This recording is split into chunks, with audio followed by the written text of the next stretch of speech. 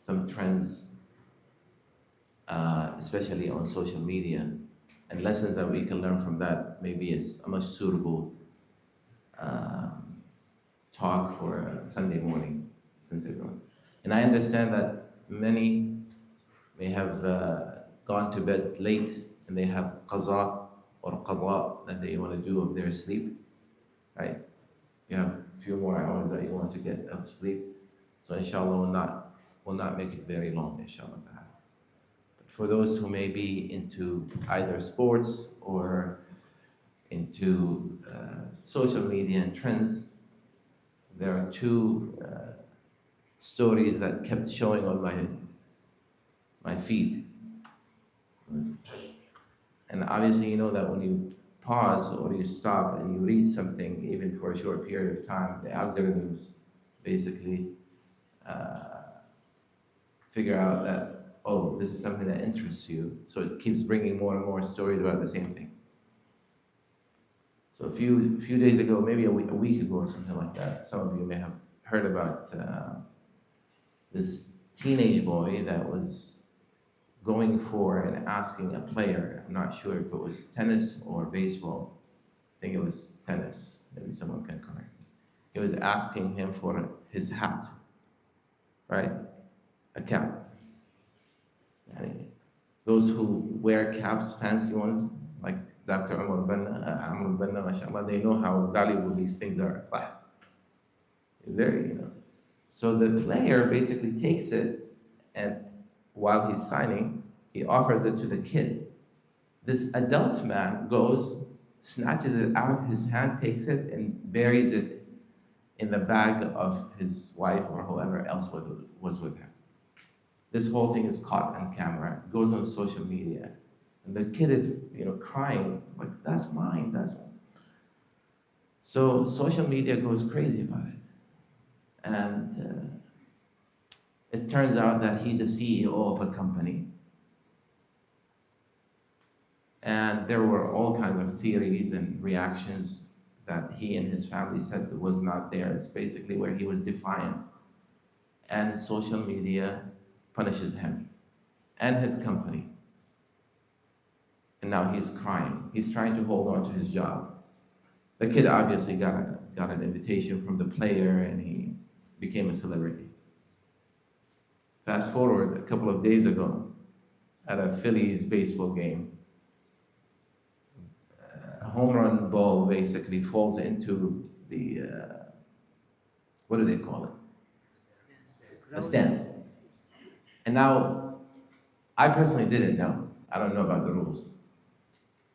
But next to me last night, when I was flying into Orange County, was someone who seemed to be an executive, but who's also into baseball. So he's watching baseball the whole time, the whole flight from Dallas to here, he's watching baseball. So I asked him, as this was pulling up on my phone, I said, look at this. He's like, oh yeah. So I said, is this a fair game? He said, oh, something similar to this happened to me when I was 12. He still remembers it. So basically now it's a loose ball, and everybody is going for it. And this father runs, and he goes and he grabs it. So whoever grabs it first when it's loose, it's theirs. But this woman that was standing there, an adult woman, school administrator, was going for it because it was in front of her, not immediately, but she couldn't reach it. This guy comes and takes it. She goes crazy. She goes after him. She starts yelling at him, cussing, doing all kinds of gestures and so on. And then the father takes it from his son. He had given it to his son, and gives it to her, and he's like, oh, awesome. Social media catches this. And again, I heard that she's being fired from her position. And the boy gets an invitation from the player who hit that home run, gives him a baseball bat signed, for the kid, and he gave it. So I'm like, what can we learn from this? And some people may look at it and say, Americans are crazy, man. They get worked up about different things. People are dying and they're starving and kalam fadi. There are a lot of lessons to be learned about this, yeah? Correct? Yani? A lot of lessons. What came to my mind, and I wrote a little article about it last night, was the Prophet ﷺ taught us many beautiful lessons, one of which is the importance of really controlling our temper. We all have different temperaments, different personalities. And one of the Sahaba, when he came to the Prophet ﷺ and he asked him for advice, he said, "La taghdab." He said, don't be angry. Don't be angry. He said, "Idhni, awsini, give me more." And he said, "La taghdab." And he said, "Okay, more." He said, "La taghdab, don't get angry." And the man kept repeating it. The Sahaba, whoever narrated the hadith, they said, the man kept repeating the same question to the Prophet, give me more advice. And the Prophet said nothing except, "La taghdab, don't get angry, don't get angry." Obviously, he must have been someone that struggled with that problem. Until he can't get angry at the Prophet. I mean, imagine if someone, you come to me like, tell me something, and I tell you something. And then you're like, oh, tell me something else. And I tell you the same thing. And I just keep repeating it. At some point, you're going to get angry. But this is Rasulullah, he can't do that. And by repeating it, the Prophet ﷺ desensitized that man. Helped that man get over whatever it is that makes him angry. Ego, impatience, whatever his issue is that makes him angry. That was a treatment, a form of treatment, sallallahu alayhi wa sallam. It's one of the worst things. The Prophet ﷺ told the Sahaba, إِنَّمَا الشَّدِيدُ الَّذِي يَمْلِكُ نَفْسَهُ عِنْدَ الْغَضَبِ. The strong person who is, and we all admire strength. True strength is when you are able to regulate yourself and control your anger. Keep yourself calm. It's a sign of wisdom. It's a sign of maturity. It's a sign of strength. Anyone can react foolishly. Oh, I let him have a piece of my mind. Oh, I did this and I did that.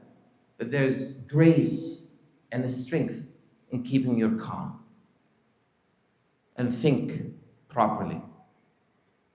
And this works for all of us, for the little ones, for the older ones, for the men, for the women.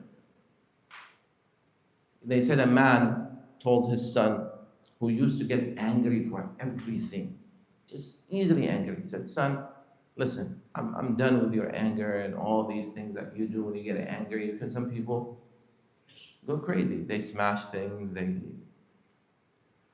So he said, from now on, when you get angry, and you get angry too frequently, he said, from now on, when you get angry, I want you, he brought him a hammer and a box of nails.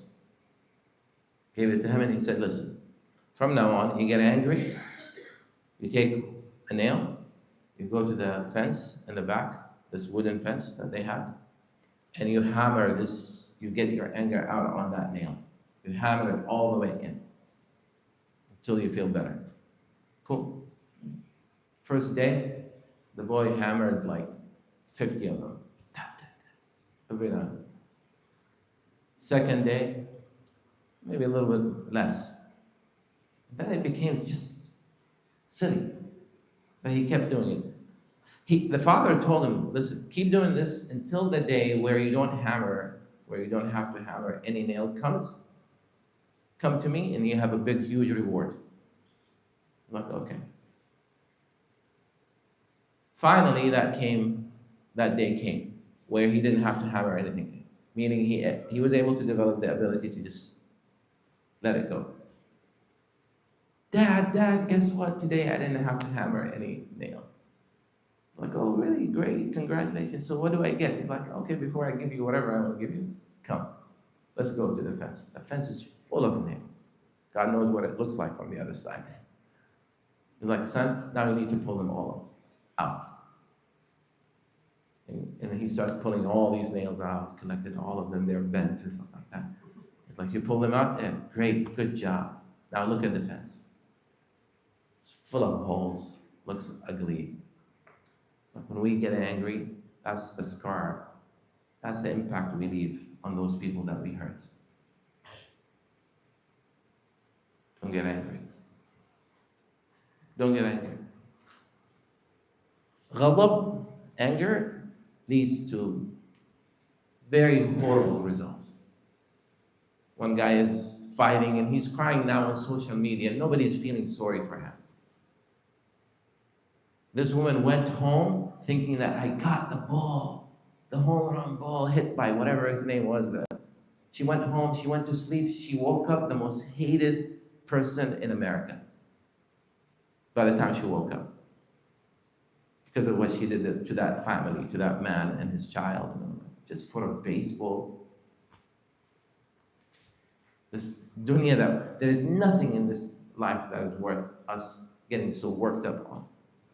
And the Prophet ﷺ teaches us that lesson. And also remember, another lesson, akhlaq matter. Akhlaq matter. Whether it's that child or the player who tried to basically make that child feel better, or the father who handled it the way he did, and all of that. Akhlaq matter. People love people with good manners and akhlaq. They're celebrated. So imagine for those people who are now thinking about the legacy of the Prophet ﷺ and his beautiful life, the Prophet ﷺ emphasized on this point, that it's your character that weighs the heaviest after taqwa in the scale on the Day of Judgment. It's your character that is going to bring you closer to the Prophet ﷺ. You can celebrate the Prophet ﷺ's life or birth for as long as you want and dance and do whatever you want to do.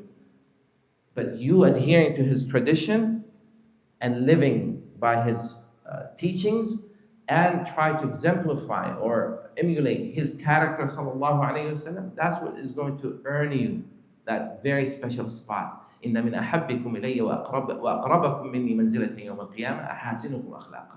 The best of you and your character will be the most beloved and the closest to me on the Day of Judgment. That's what matters. Wallahi, character matters. Last but not least, people say what goes around comes around. Yeah.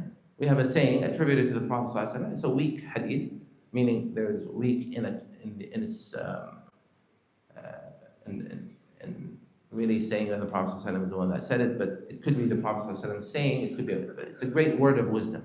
And subhanAllah, our Shaykh, may Allah subhanahu wa ta'ala bless him and ease his ordeal, used to remind us of this hadith every week. Al-birru la yabla. Virtue doesn't wear out. Whatever good you do, it retains its value. Al-birru la yabla. وَالذَّنْبُ لَا يُنْسَى. And the offense will not be forgotten. وَالدَّيَّانُ لَا يَمُوتُ. And the one who's going to hold you accountable, the judge, Allah subhanahu wa ta'ala, does not die and he doesn't forget. Nothing is going to escape. اعمل ما شئت. Do as you wish. كما تدين تدان. As you judge, you will be judged. Remember this. Remind yourself of it. Also remind yourself when you're the one who's being wrong, that those who wrong you, they're not going to get away with it. And if those who wrong individuals and little kids will receive justice, it's because it's a worldly matter, they may receive it immediately in this world. Likewise, those who punish entire populations and starve children and murder children, don't ever think that they're going to get away with it. Inna rabbaka labil mirsad. And Allah Azza wa Jalla will hold them accountable. And the world will wake up to the savagery of these people. And one day, they're going to pay for it. Sooner or later. Assalamu alaikum wa rahmatullahi wa barakatuh.